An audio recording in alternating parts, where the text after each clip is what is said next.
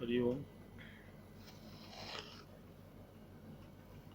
देखिए, भगवान अभी कितनी अच्छी बात बोल रहे थे कि जो हम लोग का सत्संग है, यहाँ पर गुरु कुछ छोड़ाता नहीं है। यहाँ पर किसी चीज़ का कोई दिखावा नहीं है कि भगवान कहता है कि तुम ब्रह्म ज्ञान में आ गए हो तो तुम श्वेत वस्त्र पहनो या गेरुआ वस्त्र पहनो। भगवान ने क्या बोला? भगवान ने कहा, always be normal and natural. हमेशा बी नॉर्मल रहो। और जैसे उस पेड़ के लिए देखिए भगवान कितना अच्छा उदाहरण दे रहे थे। कहा कि जैसे वो पेड़ है, देखो वो हर परिस्थिति को स्वीकार कर लेता है। हवा तेज चलती है तो इधर मुड़ जाता है, उधर चलती है तो उधर मुड़ जाता है। तो पतझड़ आता है तो उसके पत्ते झड़ जाते हैं, सावन आता है तो पत्ते आ जाते हैं। तो भगवान ने कितनी अच्छी बात बताई। कहा कि देखो, हर हालत में तुम एडजस्ट करना सीखो, जैसे वो पेड़ करता है। अब अगर पतझड़ में पत्ते झड़ गए तो क्या वापस पत्ते नहीं आते हैं क्या? क्या वो पेड़ फिर से नहीं फलता फूलता है क्या? तो भगवान का यही कहना था कि हमेशा तुम प्रकृति के साथ जुड़ के रहो और प्रकृति के जैसे हो जाओ। जैसे देखिए कितनी सुंदर बात है।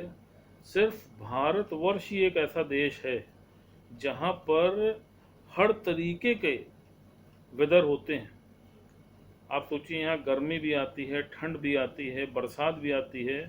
तो हर तरीके का वेदर, मौसम ईश्वर आपको यहाँ घर बैठे देता है। आपको कहीं जाने की आवश्यकता नहीं पड़ती है। और आप सोचिए कि लेह है, हिंदुस्तान में है, वहाँ पर टेम्परेचर होता है -36 डिग्री, -40 डिग्री। इतना लो टेम्परेचर होता है कि अगर आप पानी को हवा में भी फेंकेंगे ना तो वो क्या होगा, वो बर्फ बन जाता है। तो वहाँ पर भी देखिए लोग एडजस्ट करते हैं कि नहीं करते हैं। इतनी ठंड में भी वो अपने को एडजस्ट कर लेते हैं। तो भगवान ने मनुष्य का शरीर इतना नायाब बनाया है कि वो हर चीज को एडजस्ट कर सकता है, लेकिन वो एडजस्ट करना चाहे तब। तो वही भगवान का कहना था कि तुम कितने भाग्यशाली हो कि सोचो कि कभी ठंड तुम्हारे घर पे आ रही है, कभी गर्मी तुम्हारे यहाँ आ रही है, कभी बरसात तुम्हारे यहाँ आ रही है। तुम्हें कहीं पर भी जाने की आवश्यकता नहीं पड़ती है। वरना वो भगवान बता रहे थे ना फॉरेन का, कि कोई व्यक्ति आया तो उसने यही बोला कि भगवान वहाँ तो इतनी ठंड रहती है कि अगर हम अपने घर से निकलते हैं तो सीधे गाड़ी में बैठते हैं और गाड़ी में बैठने के बाद फिर अपने घर आ जाते हैं। क्यों? क्योंकि वहाँ का टेम्परेचर इतना अनुकूल नहीं है कि हम उसको फेस कर पाए। तो भगवान का यही कहना है कि कुछ भी हो जाए, हर परिस्थिति में बी नॉर्मल एंड नेचुरल। ज्ञानी हर चीज को एक्सेप्ट करने की ताकत रखता है। वो किसी चीज को रिजेक्ट नहीं करता है, हर चीज को वो स्वीकार कर लेता है। क्यों? क्योंकि वो ये महसूस करता है कि जो कुछ भी हो रहा है वो उसके हुक्म से हो रहा है। वो प्रभु के हुक्म को मान के चलता है। फिर भगवान ने क्या बोला? कहा, बिना ज्ञान के हर कोई धोखा खाए। जैसे कि अज्ञानता में देखिए हम लोग हमेशा धोखा खाते हैं। भाई अज्ञानता में अभी तक हम लोग क्या करते थे? हमको लगता था कि हमें सत्कर्म करना चाहिए, हम अच्छा कर्म करेंगे तो हम ईश्वर के करीब जाएंगे, हमको स्वर्ग मिलेगा, हमको अच्छा फल मिलेगा। लेकिन यहाँ पर गुरु ने क्या बताया? भगवान ने बोला, कहा कि इस धरती पे सबसे बड़ा अगर कोई नरक है तो वो क्या है? वो है माँ का गर्भ। तो भगवान ने क्या बोला? कहा, इसीलिए निष्काम कर्म योग पर जोर दिया है। गीता में भगवान कृष्ण ने इसीलिए निष्काम कर्म पे जोर दिया। अब आप सोचिए कि अज्ञानता में आप क्या करते थे? अगर आप सत्कर्म करेंगे तो उसको भोगने के लिए भी तो आपको जन्म लेना पड़ेगा, और या बदकर्म करेंगे तो उसको भोगने के लिए भी जन्म लेना है। तो इसीलिए भगवान ने गीता में निष्काम कर्म योग पर जोर दिया कि तुम निष्काम कर्म करो। और अभी तक हम क्या समझते थे कि हम सत्कर्म करेंगे तो हम ईश्वर के करीब आ जाएंगे। आप सोचिए, तो सत्कर्म के लिए भगवान ने ही बोला कि इस धरती पे जो सबसे बड़ा नरक है वो है माँ का गर्भ। अब तुम्हें, अगर तुमने अच्छे कर्म किए और अगर तुमको सुख भोगना है तो भी माध्यम तो वो माँ का गर्भ है। तो भगवान ने क्या कहा, कहा कि जब बच्चा माँ के गर्भ में उल्टा लटका होता है 9 महीने, तो वो भगवान से क्या विनती करता है, वो भगवान से यही विनती करता है कि प्रभु मुझे इस नरक से बाहर निकालो, और मैं इस नरक से बाहर निकलने के बाद सिर्फ और सिर्फ तुम्हारा ही सुमिरन करूंगा, तुम्हारा ही चिंतन करूंगा, तुम्हारी ही आराधना करूंगा। और जब वो बच्चा 9 महीने के बाद गर्भ से बाहर आता है तो फिर क्या होता है, वो तो कोरी स्लेट होता है, उसके ऊपर सब लोग अपना अपना लेबल लगाना शुरू कर देते हैं।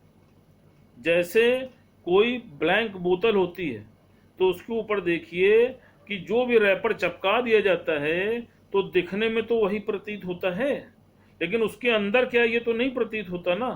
तो ठीक इसी प्रकार वो जो बालक जन्म लेता है तो उसके बाद उसके पापा कहते हैं कि मैं तुम्हारा पापा हूँ, मैं तुम्हारी मम्मी हूँ, मैं तुम्हारी बुआ हूँ, तो सब लोग अपना अपना लेबल उसके ऊपर लगा देते हैं और वो अपने ओरिजिनल स्वरूप से दूर हो जाता है। फिर ये मायावी संसार उसको सच लगने लगता है। अब आप सोचिए कि माया की कितनी जबरदस्त माया का आकर्षण होता है। क्यों? क्योंकि वो बच्चा जो देखेगा वही वो प्राप्त करना चाहता है, उसको वही सच लगता है, उसको दिखता है कि ये मेरे पापा हैं, ये मेरी मम्मी हैं, तो वही जगत उसको सच भासने लगता है। तो भगवान ने देखिए माया पे बताया कितना सुंदर कि आप देखिए कि गीता में भगवान ने बोला है कि मेरे अंश मात्र से उत्पन्न हुई मेरी ये माया मुझसे भी कई गुना ज्यादा लुभावनी और प्रभावशाली है।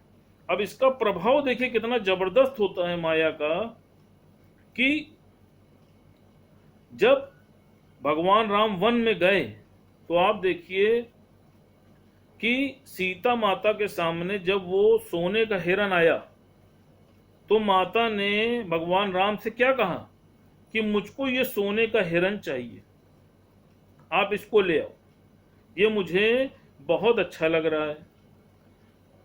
प्रभु श्री राम स्वयं जिन्होंने इस पूरी सृष्टि की उत्पत्ति की है, जो माया की भी उत्पत्ति उनके एक अंश मात्र से हुई है, वो खुद कह रहे हैं कि सोने का कोई हिरन नहीं होता है। लेकिन उसके बावजूद भी माता ने क्या कहा कि नहीं, मुझे ये हिरन चाहिए, मुझे ये अति प्रिय है। उनका मन उस हिरन में आके फंस गया।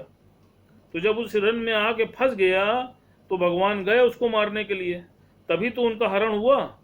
और फिर उससे बड़ी विडंबना देखिए क्या है कि जब रावण उनको उठा करके सोने की लंका में ले गया तो जो पूरी लंका सोने की थी, तब उनको भगवान राम की याद आई कि नहीं, मुझे ये सोना नहीं चाहिए, मुझे प्रभु श्री राम चाहिए।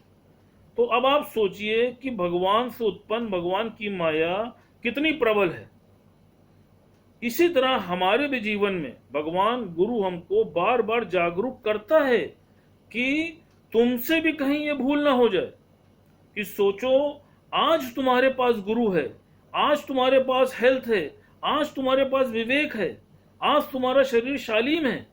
अगर आज भी तुम नहीं जागृत हुए, तुम नहीं जागरूक हुए, तो तुम किससे विमुख हो रहे हो? तुम अपने इस स्वास्थ्य को कहां गंवा रहे हो? माया कमाने में। लेकिन अगर तुमको जैसे सीता जी को सोने की लंका प्राप्त हुई तो क्या वो भगवान से दूर हो गई ना? फिर उनको हर समय भगवान का ही सुमिरन रहता था ना कि नहीं, मुझे प्रभु चाहिए। तो कहा इसी तरह जब तुमको माया मिल जाती है, तुम्हारी हेल्थ चली जाती है, तुम्हारा विवेक चला जाता है, तब तुम्हें क्या एहसास होता है कि अरे मैंने तो सब कुछ गवा दिया। तो इसीलिए भगवान ने कहा कि समय रहते जागृत हो जाओ और अपनी मुक्ति को प्राप्त कर लो। आज तुम्हारे ऊपर गुरु का हाथ है, आज ईश्वर तुम्हारे साथ है, तुम उसको अनुभव करो और अपनी मुक्ति के लिए प्रयास करो। लेकिन तुम उस पर जागृत ना हो करके तुम माया की तरफ जागृत हो। जैसे आप सोचिए एक छोटी सी बात कि इस समय कोरोना चल रहा है। अब कोरोना के लिए हम लोग कितना अधिक जागरूक हैं भाई, कि कहीं कोरोना ना हो जाए, कोरोना हो जाएगा तो हम मर सकते हैं, परिवार में संकट आ सकता है। तो उस कोरोना से बचने के लिए आप सोचिए कि आप अपने घर में भी बैठे हुए हैं, बाहर भी नहीं निकल रहे हैं, ना व्यापार कर रहे हैं, कुछ भी नहीं कर रहे हैं। जहां तक हो सकता है अपने को सेफ कर रहे हैं। क्यों क्यों सेव कर पा रहे हैं? क्यों? क्योंकि आप जागृत अवस्था में हैं।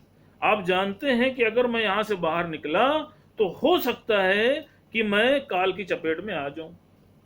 अब आप सोचिए कि जब आप इस छोटे से कोरोना के लिए इतना जागरूक हैं, तो क्या अपनी मुक्ति के लिए नहीं जागरूक होंगे, जिसके लिए आप 84 लाख योनियों से भटक रहे हैं? अभी किसी का जीवन 20 साल का बच्चा है, किसी का 25 साल का बच्चा है, किसी का 40 साल का बच्चा है, लेकिन इस 40 साल का जीवन पूर्ण करने के बाद फिर आना तो उसी 84 लाख के साइकिल में पड़ेगा। आप सोचिए तो कितनी अहम चीज है। इसीलिए गुरु तुमको बार बार अवेयर करता है कि जागो, अभी भी अपनी मुक्ति को प्राप्त कर लो और ईश्वर से मिलके एक हो जाओ। अब देखिए इसका मैसेज, जैसे पहले हिंदू धर्म में क्या होता था, हिंदू धर्म में मनुष्य की जो उम्र है उसको 4 अवस्थाओं में बांटा गया है। 25 साल ब्रह्मचर्य, 25 साल गृहस्थ, 25 साल वानप्रस्थ और 25 साल सन्यास।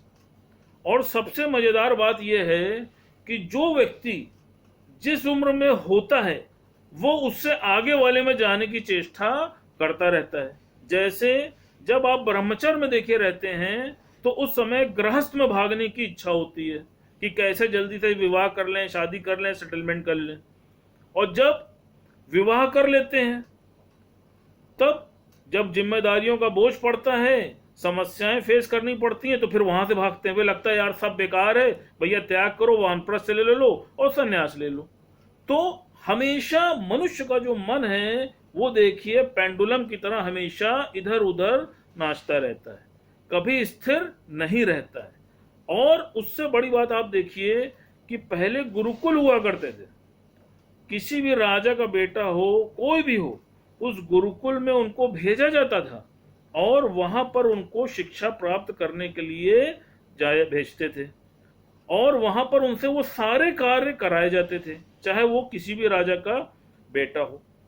उसके बाद वो लोग अपने गृहस्थ जीवन में आते थे।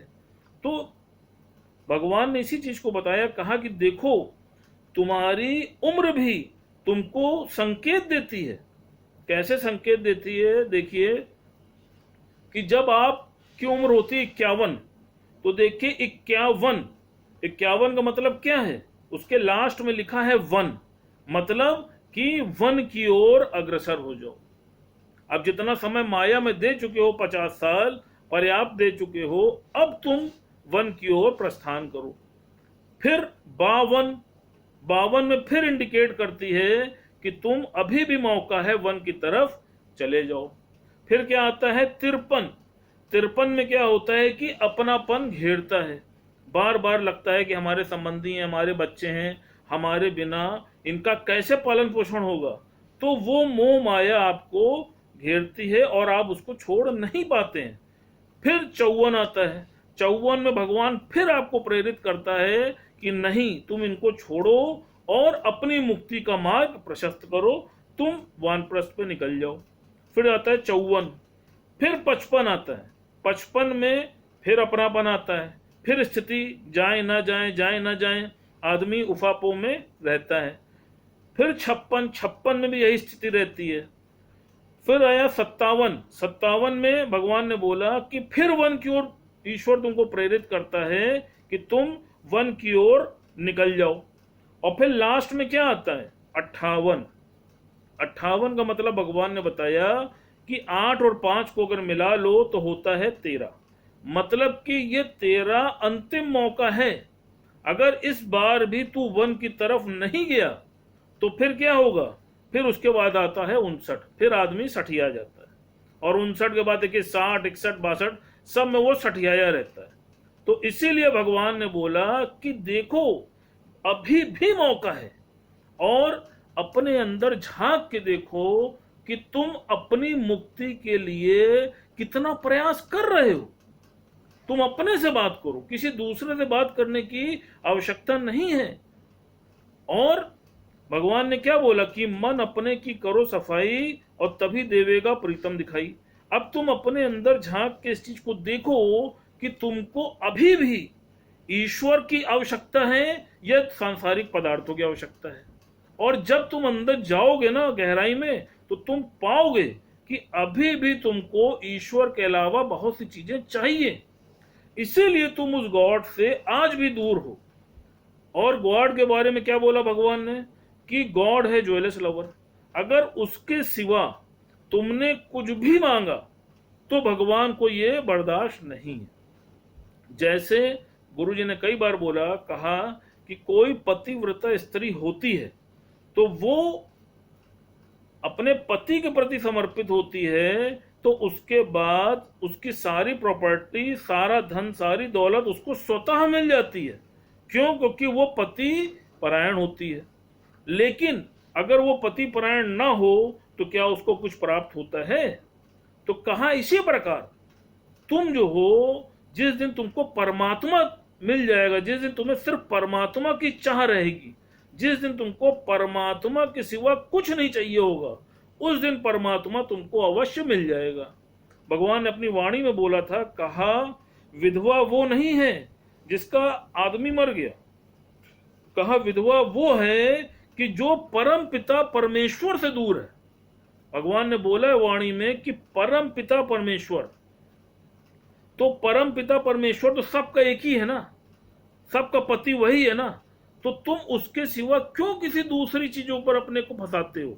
और सबसे बड़ी बात यह है कि जब ईश्वर ही तुमको प्राप्त हो गया तो फिर कुछ और प्राप्त करने की आवश्यकता ही क्या है? आप ये सोचिए।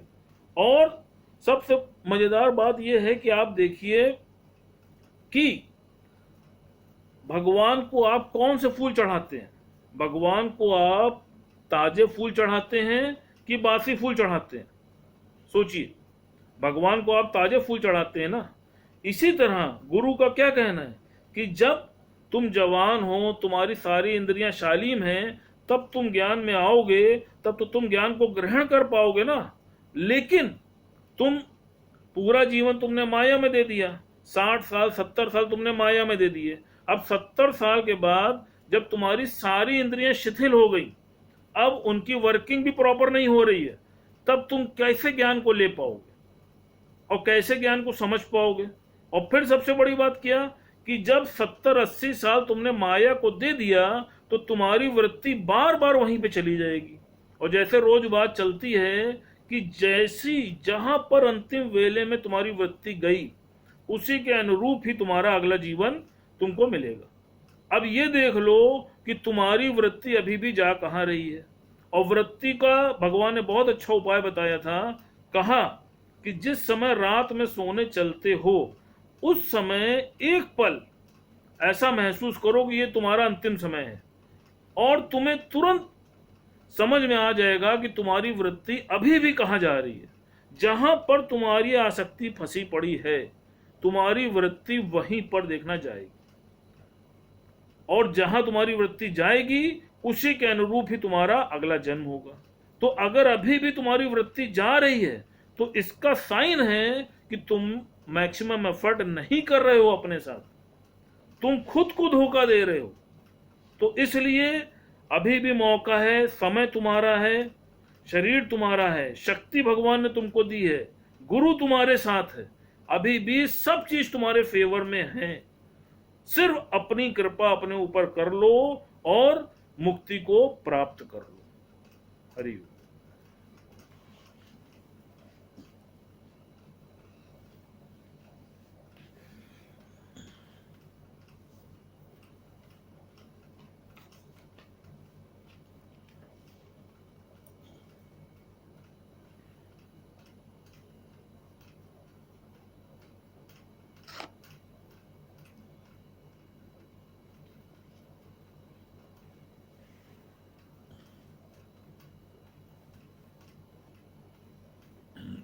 सही प्रेमियों को हरिओम, राम राम।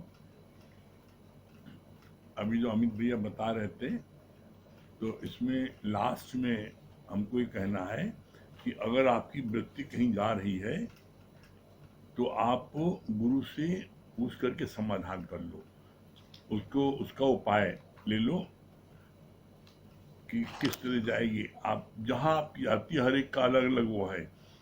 आपकी वृत्ति कहीं जाती है तो कैसे वहां से वृत्ति हट सकती है, गुरु उसका उपाय बता देगा। जितनी प्रॉब्लम आपको आती है सोते समय, आपका ध्यान 2 4 5 जगह जाएगा, तो उसको लिख लो आप कि वहाँ यहाँ जाता है, और आप गुरु से पूछ लो कि यहाँ यहाँ से हमारा ध्यान कैसे हटेगा, मेरी वृत्ति कैसे ठीक होगी, तो गुरु उसका उपाय बता देगा। ठीक है, चलिए हम लोगों का गीता का जो है 14वां अध्याय चल रहा है। गीता का हम लोगों का गीता का 14वां अध्याय चल रहा है। 14वां अध्याय का 5 से 10 श्लोक चल रहा है। तो इसमें कल जो पढ़ा गया था उसकी 2 लाइन पढ़ते हैं लास्ट की। धीरे धीरे व्यवहार गृहस्थ अंदर का जगत। अभी 2 मिनट बाद आप लोगों से बात करेंगे। हाँ, हरिओम हरि। फर्स्ट क्लास, बहुत बढ़िया है, बहुत बढ़िया, अच्छे से हैं। हाँ, कल जो है ना, कल कल बड़ी देर बैठे थे। कल हम हमारे पास जूम वाला नंबर नहीं था, तो कल हमारा नंबर ही नहीं आ पाया।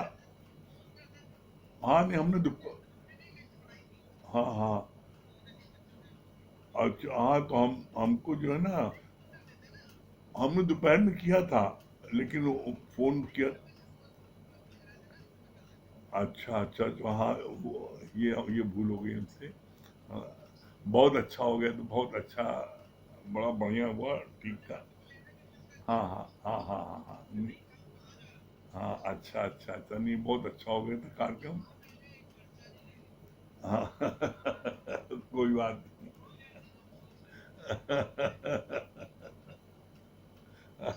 हमारे को जो है, इनका आपसे बात तो कर ले। अच्छा, ये जो आपका झूम का नंबर जो है अलग से है क्या? है तो वो नंबर वो हमको इसी नंबर पर व्हाट्सएप कर दीजिए, तो उसमें लगा लिया करेंगे हम।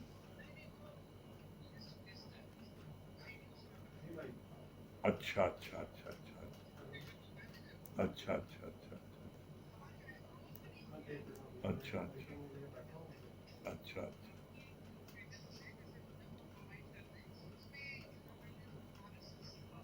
अच्छा, ठीक, हाँ ठीक ठीक ठीक ठीक, हाँ, नहीं,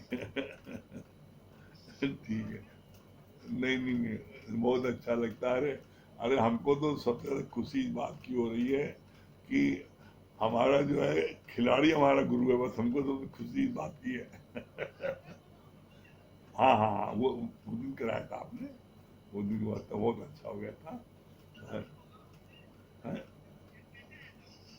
नहीं भेजा था आपने, फोन आया था। आपको आज किसी ने फोन किया था और कहा था कि ये, और लिंक भेजा तुमको, और कहा था कि अभी जो है अब आप जुड़ जाइएगा, तब जुड़े। नहीं, उसके बाद लिंक।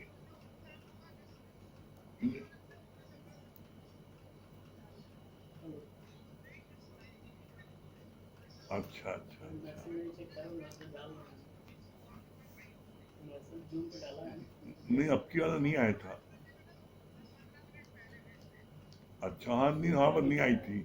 हमने जो है, हमने उसी में ज्वाइन किया था अपना, जो सूची ने बना रखा है, उससे ज्वाइन किया। तो हमने बच्चे से दिखाया, तो उसने कहा पापा ये यूट्यूब में लिंक झूम नहीं ना, तो देख लीजिए अपना, उस हाँ उसमें ऐड करा दीजिएगा। ठीक है, चलिए, और हमारे लिए कोई आ गया, कोई हुक्म है? अच्छा अच्छा, हाँ, नहीं अभी हमारा सत्संग चल रहा है।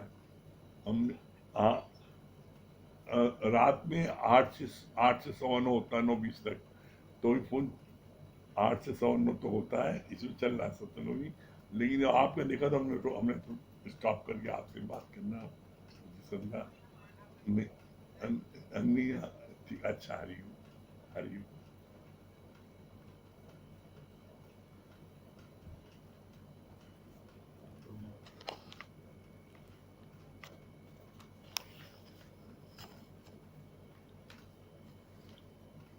जाने में क्या आवाज आ रही क्यों? हाँ, हम लोगों का क्षमा चाहता हूँ, भगवान का फोन आ गया तो मोना भगवान का फोन था, इसलिए क्योंकि गुरु को बुलावा काल के बुलावा एक होता है, मनी गुरु जी का हो रहा है तो इसलिए बीच में रोकना पड़ा और मोना भगवान का फोन आया तो उनसे बातचीत कर रहे थे। अच्छा, हम लोगों का जो है ये 14वां अध्याय का 5 से 10 श्लोक जो चल रहा था, तो उसका लास्ट लाइन जो पढ़ी गई कल 2 लाइन पढ़ते हैं। धीरे धीरे व्यवहार गृहस्थ अंदर का जगत सब विलीन होते जाते हैं, सभी अपने स्वभाव और गुणों के अधीन चलते हैं, पर ज्ञानी सब में परमात्मा देखकर शांत रहता है। कल यहाँ तक हुआ था, उसके आगे आज प्याज की खेती में चाहे गुलाब का पानी डालो तो भी प्याज की महक नहीं जाएगी। तमोगुणी व्यक्ति को प्रमाद, नींद, आलस घेरे रहता है, उसको चाहे गोल्ड मेडल का भी लालच दो, केसर कस्तूरी हलवा खिला दो तो भी वो जल्दी सुबह नहीं उठेगा।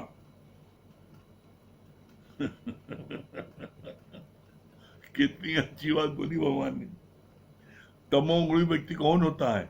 बोला तमोगुणी व्यक्ति वो है जिसको जो नींद खूब अच्छी लगती है, आलस आता है, जो काम उसको बताओ कल कर देंगे, कोई काम आज नहीं करेगा, सब काम कल बता लेगा है, और वो जो है अपना समय बिताता रहेगा, फालतू घूमता रहेगा और खूब सोएगा, खूब नींद और खूब अपना खाने पीने मस्त रहेगा।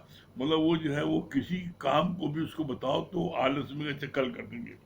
तो ऐसा व्यक्ति जो है वो खूब देर तक सोता है, सुबह 10 बजे तक सोता है, 11 बजे तक सोता है, और उसको जो है आपको हम तुम्हें गोल्ड मेडल देंगे, सुबह 6 बजे उठो, दौड़ने जाओ, खेलने जाओ, तो वो कहेंगे हमें जरूरत नहीं गोल्ड मेडल की, वो उठेगी नहीं वही 10 बजे। फिर भगवान ने बोला अगर उसको तुम जो है कस्तूरी का हलवा खिला दो, केसर कस्तूरी उसको जो है हलवा सबसे केसर सबसे महंगी होती है, केसर कस्तूरी हलवा खिला दो तब भी कहेंगे नहीं, हमें तो सोने में जो सुख है हमें हलवा खाने में नहीं ना, वो उठेगी नहीं। तो भगवान ने बोला वो जो है वो जो ऐसे व्यक्ति होते हैं आलसी तमोगुणी व्यक्ति, वो जो है वो जल्दी नहीं सुधरते। फिर बोला दूसरों के दोष देखना बंद करो, दूसरों के मुख पर संयम रखना असंभव है, पर कान तुम्हारे अपने हैं उन पर संयम करो। अब कोई कुछ बोलता है तो आपका कान आपके पास है ना, आप मत सुनो, उसकी बात को इग्नोर कर दो, या एक कान सुनो दूसरे कान से निकाल दो, अब वो कहो न बोले। तो आदत और स्वभाव ऐसी होती है कि वो आदमी की नहीं आती है। तो जिसकी आदत बोलने की है, जो जिसकी आदत है दोस्त दृष्टि देखने की है, तो कुछ ना कुछ बोलेगा। तो बोला आप with the mistake of others, आप दुखी हो रहे हो, गलती कर रहा अगला और दुखी आप हो रहे हो, खाना नहीं खा रहे हो, आप दुखी हो रहे हो, रो रहे हो, अरे गलती होकर आप क्यों रो रहे हो भाई? तो बोला ऐसे लोगों की बात को कान से मत सुनो, अपना ध्यान जो है उस समय दूसरी तरफ लगा दो, भगवान की तरफ लगा दो। फिर आगे बोला दुनिया न बदले बदल जाए हम, दुनिया को आप बदलने की कोशिश करो कि कोई नहीं बदलेगा, और इसका प्रत्यक्ष प्रमाण आप अपने जीवन में अभी देख लो। किसी की आदत है घर में पंखा चला दिया बाहर चला गया, बत्ती जला दी बाहर चला गया, वो कभी कोई चीज बंद ही नहीं करेगा। आप उससे 100 बार कहो, ये आज दिन तक आप अपने बच्चों को कहते होगे बेटा पंखा चल रहा है छोड़ दिया तुमने, बत्ती चल रही है, एसी चल रहा है, वो सब खुला छोड़ देते हैं। उनको कितना कहो, वो सामान अपना जो आएंगे इधर से उधर फेंक देंगे और बाद में उसी सामान ढूंढने के लिए परेशान होंगे। आप लाख कहो अपना सामान अपने स्थान पर रखो, नहीं रखेंगे। तो भगवान ने कहा कि दुनिया न बदले बदल जाए हम, तुम उनको इतने सालों से कह रहे हो, कोई बदला आज तक? कोई नहीं बदला। उसका तो एक उपाय है, आप चुपचाप उस चीज को सुधार दो। यदि आप चाहते हो, बत्ती जल रही है बंद कर दो, एसी चल रहा है बंद कर दो, खत्म हो गया बस।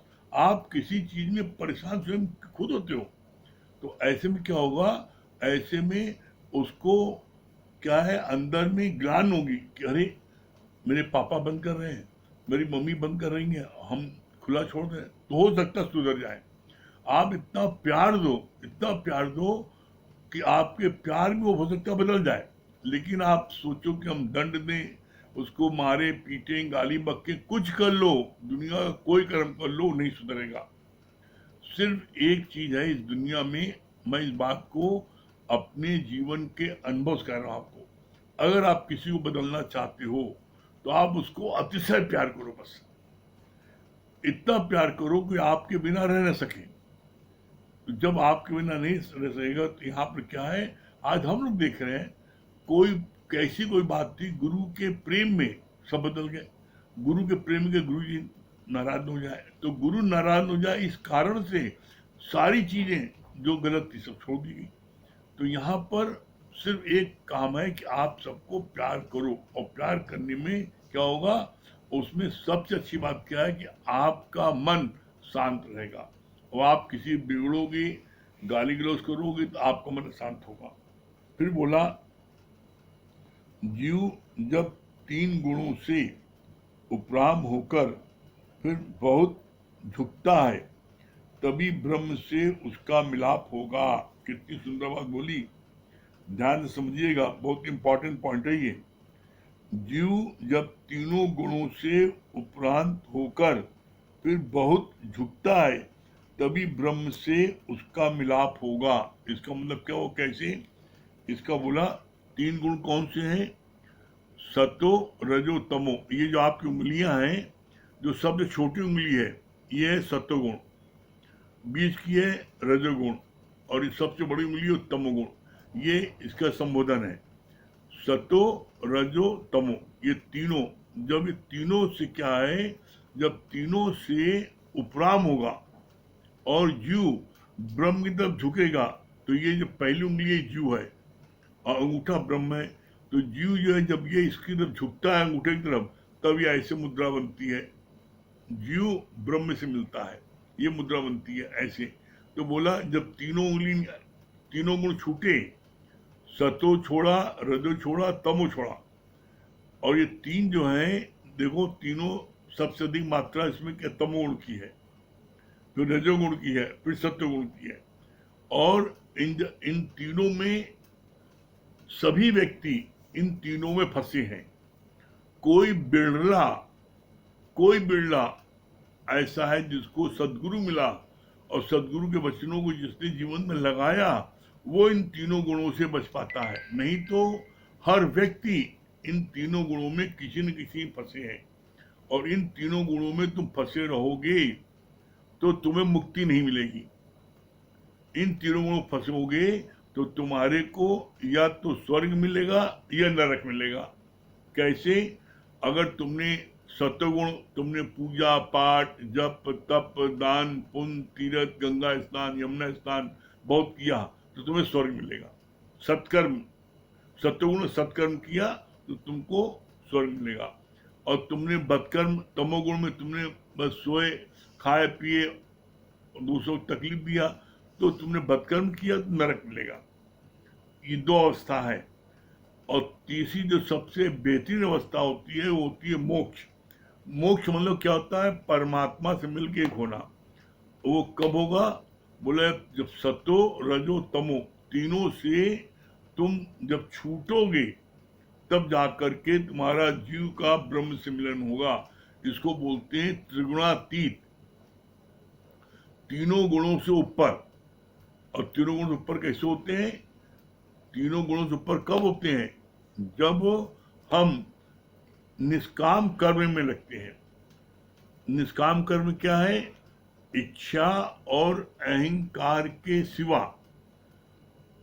किसी भी कर्म में मेरी फल की कोई इच्छा ना हो, यह है निष्काम कर्म। और जब आप फल की इच्छा ही नहीं करोगे तो किसी बात से दुखी नहीं होगे। फल की इच्छा नहीं करोगे तो आपको किसी द्वेष नहीं होगा। फल की इच्छा नहीं करोगे तो आपको जो है कोई किसी बात को कोई कंपटीशन नहीं रहेगा। अब जब इसके साथ साथ अहंकार को त्याग, जब ये दो चीज आती है तो आपका सच्चा निष्काम होता है। निष्काम क्या, हम कर्म कर रहे हैं कर्म करने के लिए, क्योंकि मनुष्य ऐसा प्राणी है जिसकी इंद्रियां बिना कर्म करे रह ही नहीं सकती। अब कर्म किसे कहते हैं?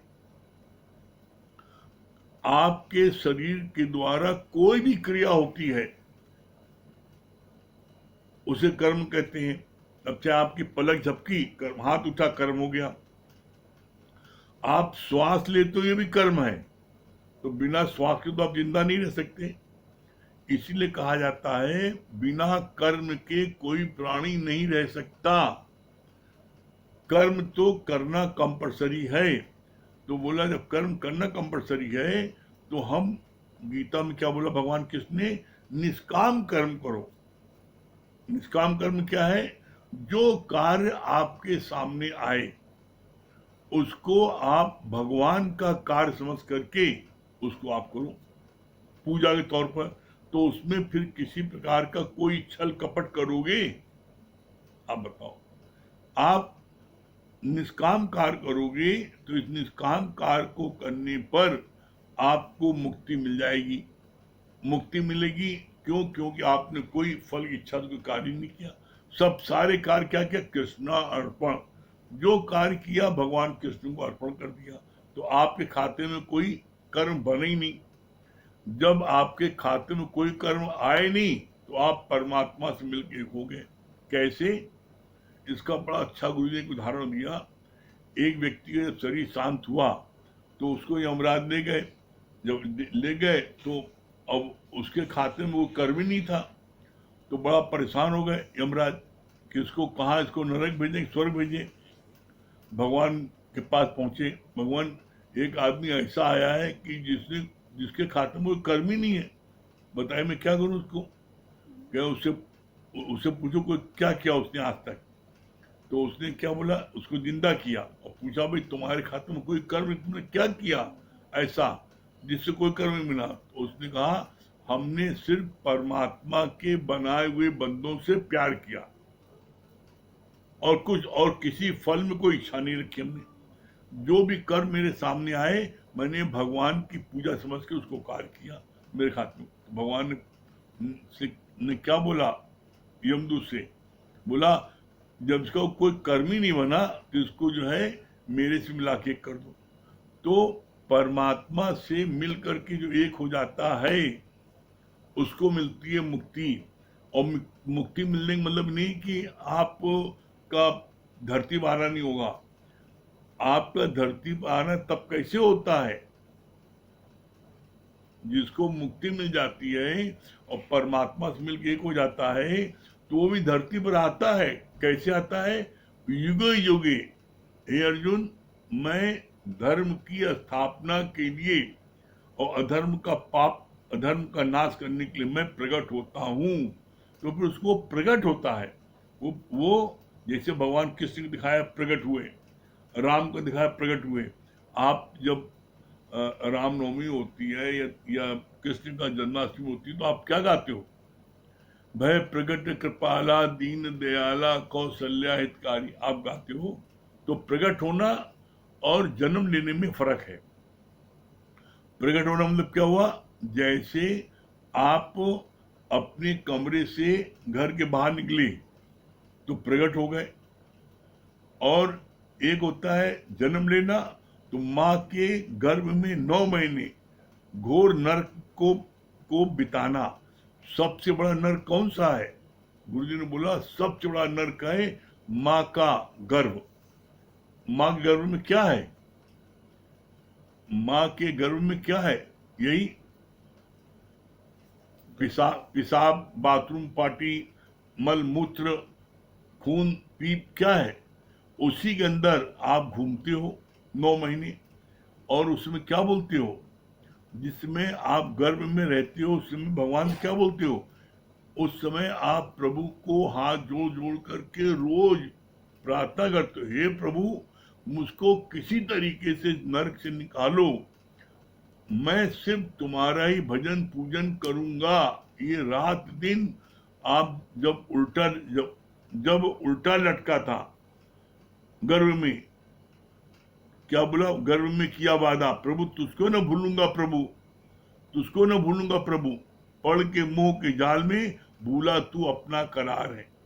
जो तुम अंदर गर्भ में वादा किया था परमात्मा से कि तुझको न भूलूंगा प्रभु, गर्भ में वादा किया था, पढ़ के मोह के जाल में भूला तू अपना करार है। तुम जो है जब जब धरती पर आ गए तो तुमको जो मोह हुआ, उस मोह के कारण तुमने जो है अपना करार भूल गए और इसी गोरख धंधे में फंस गए, बाल बच्चों में सब फंस गए। परिणाम क्या हुआ? फिर बोला जब चिड़िया चुग गई खेत तो पछताने क्या होता है। जब चिड़िया खेत चुग गई, जब बुढ़ाई आ गया और जब दुनिया वालों ने निग्लेक्ट किया है, तब उस समय 8 आंसू आते थे, क्या हो गया?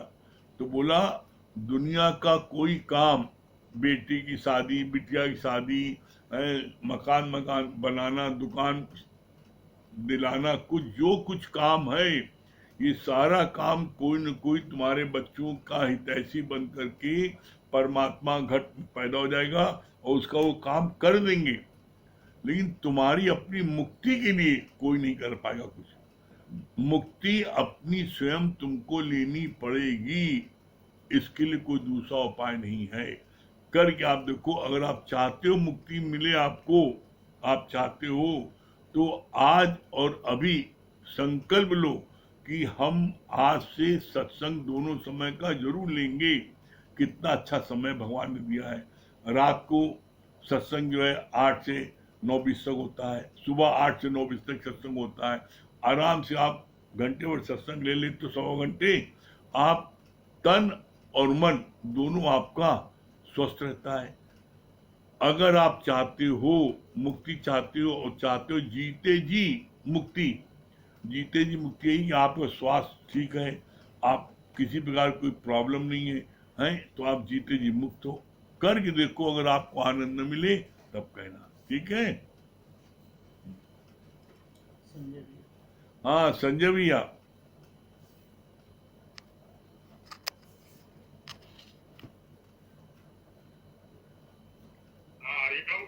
हाँ हरिओम, हरिओम भैया, हरिओम संजय भैया।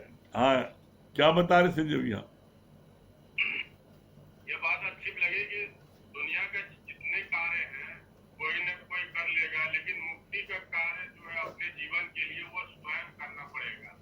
बाकी दुनिया के कार्य, बाल बच्चे का शादी ब्याह, घर मकान दुकान बनाना, कोई न कोई सहयोगी रिश्तेदार नातेदार मिल जाते हैं, करा देते हैं, लेकिन ये स्वयं का मुक्ति का मार्ग जो है ये अपना ही करना पड़ेगा, पुरुषार्थ मेहनत इस मार्ग में, तभी ये मुक्ति प्राप्ति होगी। हाँ बहुत सुंदर।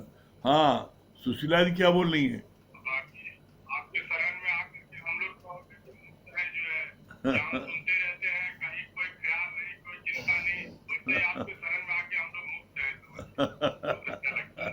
बाकी अमित भैया का इतना अमृत वचन हम लोग को आजकल मिल रहा है, इतना अच्छा लग रहा है कि बता नहीं सकते, बहुत अच्छा लग रहा है।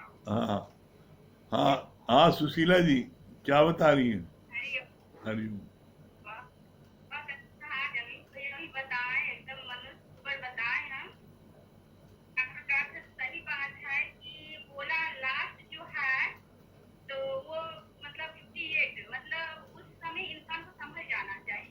नहीं तो 90 मतलब 60 हो जाता है, जैसे वैसे कुछ तक आने लगता है। हकीकत में ऐसा होता नहीं है। फिर उसका दिमाग आपकी आवाज बंद हो गई, आवाज नहीं आ रही है, आवाज नहीं आ रही है, आवाज नहीं आ रही है आपकी। हाँ नीलू जी आवाज नहीं आ रही है।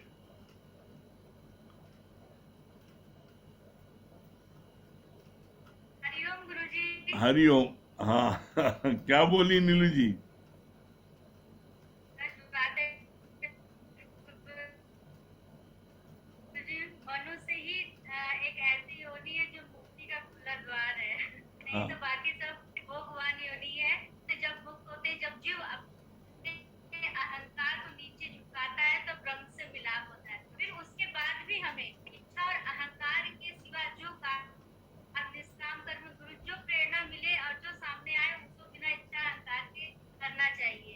यही मुक्ति का खुला द्वार। और बहुत अच्छा लगा जैसे ही बैठे, गुरु जी की बहुत अच्छी वाणी चल रही थी कि अगर सत्संग में भी बैठे हो, अगर तुम्हारा मन गृहस्थ में जा रहा है तो क्या गृहस्थ में बैठ के तुम ब्रह्म का मनन नहीं कर सकते हो? उसमें भी बैठ के कर सकते हो। तो ये बात बहुत अच्छी चीज करी है मैं गुरु जी। बहुत सुंदर, बहुत सुंदर। हरिओम। हाँ चित्रा जी। हरिओम गुरु जी। हरिओम। हरिओम। हरिओम हरिओम चित्रा। हाँ, क्या बता रही हो? बहुत अच्छा लगा आज अमित भैया बताए थे कि 55 मतलब 55 में 51 52 मतलब 51 में वन की ओर चलो, 52 में वन की ओर चलो, 55 में अपना देखने लगते हैं लोग, फिर भूल जाते हैं और जब 60 की उम्र आता है तो लोग सटिया जाते हैं। बहुत अच्छा लगा। हाँ नरेंद्र भाई। ये बात अच्छी लगी गुरु जी कि मतलब कोई भी कार्य करो सब कृष्णा अर्पण। हाँ अपन सिर्फ परमात्मा के बनाए हुए बंदों से सिर्फ प्यार करो, बस निष्काम काम। हाँ हाँ नरेंद्र भाई। हरिओम। क्या बता रहे हैं? भैया बहुत अच्छी बात बताए अमित भैया। जो आज तक क्या बताया अमित भैया एकदम बरसा रहे हैं। बहुत अच्छा लगा कि जो है कहें कि बदकर्म से अच्छा सत्कर्म है, लेकिन दोनों को लेने के लिए आपको माँ के गर्भ में आना पड़ेगा। हाँ उल्टा रखना पड़ेगा। सबसे बड़ा नर्क वो है। और दूसरी बात इन्होंने कहा कि जो है भगवान ने खुद कहा है गीता में कि मुझसे भी प्रभावशाली लुभावनी मेरी माया है। और माया के पीछे जब सीता जी को समझाए थे कि सोने का मृग नहीं होता, लेकिन कहते नहीं कि औरतों में एक जैसे कहीं घूमने जाते हैं तो उनके अंदर ये रहता है जैसे वैष्णो देवी केदारनाथ बद्रीनाथ की कोई निशानी नहीं। अब वो मित्र क्यों बन करके आए इसमें दो बड़ी कहिए तो सुना दे। मित्र क्यों बन करके आया? कंचन माने सोना। कंचन का मृग बन कर आया, कंचन का मृग बन कर आया, सीए का अपहरण कराने। देखो माया का मारीच जला, माया पति को भटकाने। बहुत बढ़िया। माया का मारीच जला, माया पति को भटकाने। हाँ सीता बोली देखो स्वामी जी मृग कंचन का। सीता बोली ये देखो स्वामी जी मृग कंचन का। लाए चरम निशान रहेगा, लाए चरम निशान रहेगा, 14 बरस गबन का। राम चले माया के पीछे, राम चले माया के पीछे, हम सबको समझाने। अधिक माया का मारी चला, माया पति को भटकाने। वो सब बताएं कि देखिए एक बार हम भी माया के पीछे भागे तो मेरा घर ही बिगड़ गया, घर उजड़ गया। बहुत अच्छा है। हाँ दीपक भैया। हाँ दीपक भैया क्या बता रहे हैं?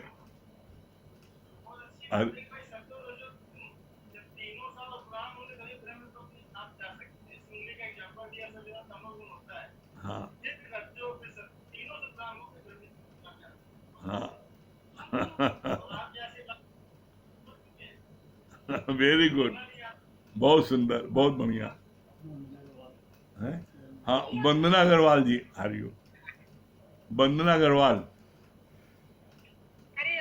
हरिओम। बहुत अच्छी बारी करी थी कि सब कुछ सहज मिले, कुछ हाँ। स्पेशल इफेक्ट मत करे। अगर आपके आंख में आंसू आ भी जाते तो उसको भी आप पॉजिटिव लीजिए कि मेरी आंख साफ हो गई। बहुत दिल से रिजिड मत होइए, बहुत ज्यादा अपने आप को गिल्ट फीलिंग मत करिए। जो सहज हो रहा है अच्छी फीलिंग रखते हो उसको करते रहिए। बहुत सुंदर। चलिए आज जो है आज हमारे सबसे छोटे वाले जो है आज नए कलाकार को पेश कर रहा है। ये अच्छा जब अनु भैया ये कह रहे हैं बाद में करेंगे। चलिए अनु भैया आओ। अनु भैया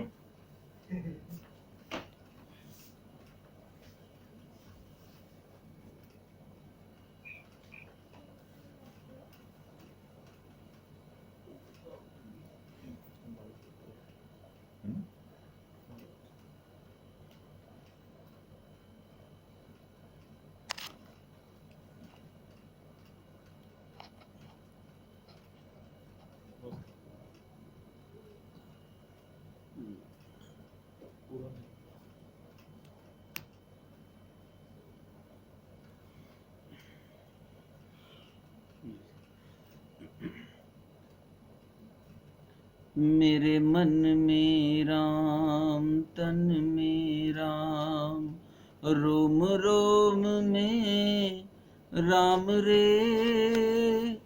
राम सुमिर ले ध्यान लगा ले, छोड़ जगत के काम रे। बोलो राम, बोलो राम, बोलो राम राम राम। बोलो राम, बोलो राम, बोलो राम राम राम। मेरे मन में राम, तन में राम, रोम रोम में राम रे। राम सुमिर ले ध्यान लगा ले, छोड़ जगत के काम रे। बोलो राम, बोलो राम, बोलो राम राम राम। बोलो राम, बोलो राम, बोलो राम राम राम। बचपन बीता खेल कूद में, भरी जवानी सोया। बचपन बीता खेल कूद में, भरी जवानी सोया। अब काहे को रोवत प्राणी, देख बुढ़ापा रोया। अब काहे को रोवत प्राणी, देख बुढ़ापा रोया। भूल गया तू राम रटन को, भूल गया तू राम रटन को। भूला तू प्रभु का नाम रे। बोलो राम, बोलो राम, बोलो राम राम राम। बोलो राम, बोलो राम, बोलो राम राम राम। मन के भीतर 5 लुटेरे, डाल रहे हैं डेरा। मन के भीतर 5 लुटेरे, डाल रहे हैं डेरा। माया और काम क्रोध मोह ने तुझको ऐसा घेरा। माया और काम क्रोध मोह ने तुझको ऐसा घेरा। भूल गया तू राम सुमिर को, भूल गया तू राम रटन को। भूला तू प्रभु का नाम रे। बोलो राम, बोलो राम, बोलो राम राम राम।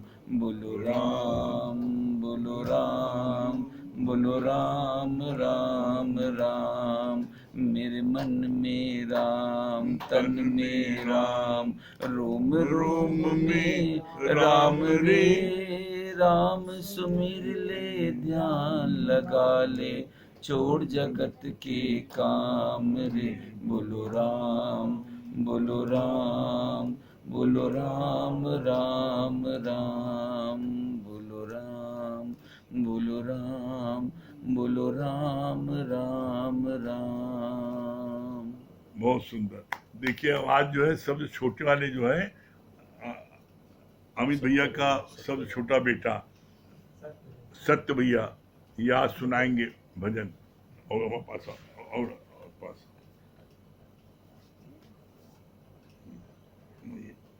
चलिए सुना रहे भजन। हाँ हरिओम। रथ मेरा मेरा जाऊं बड़ी शान से जीवन सैर करूं। ये रथ मेरा मैं राजा हूँ बड़ी शान से जीवन सैर करूं। ये इंद्रियां हैं घोड़े गलत नहीं दौड़े लगाम मेरी गुरु ने पकड़ी है।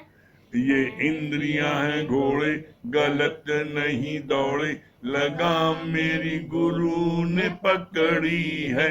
मैं मन बुद्धि का साक्षी हूँ बड़ी शान से जीवन सैर करूं। मैं मन बुद्धि का साक्षी हूँ बड़ी शान से जीवन सैर करूं। रथ मेरा मैं राजा हूँ बड़ी शान से जीवन सैर करूं। मैं राजा इस तन का जीवन के चमन का यहाँ तो सदा ही बहारे हैं। मैं राजा इस तन का जीवन के चमन का यहाँ तो सदा ही बहारे हैं।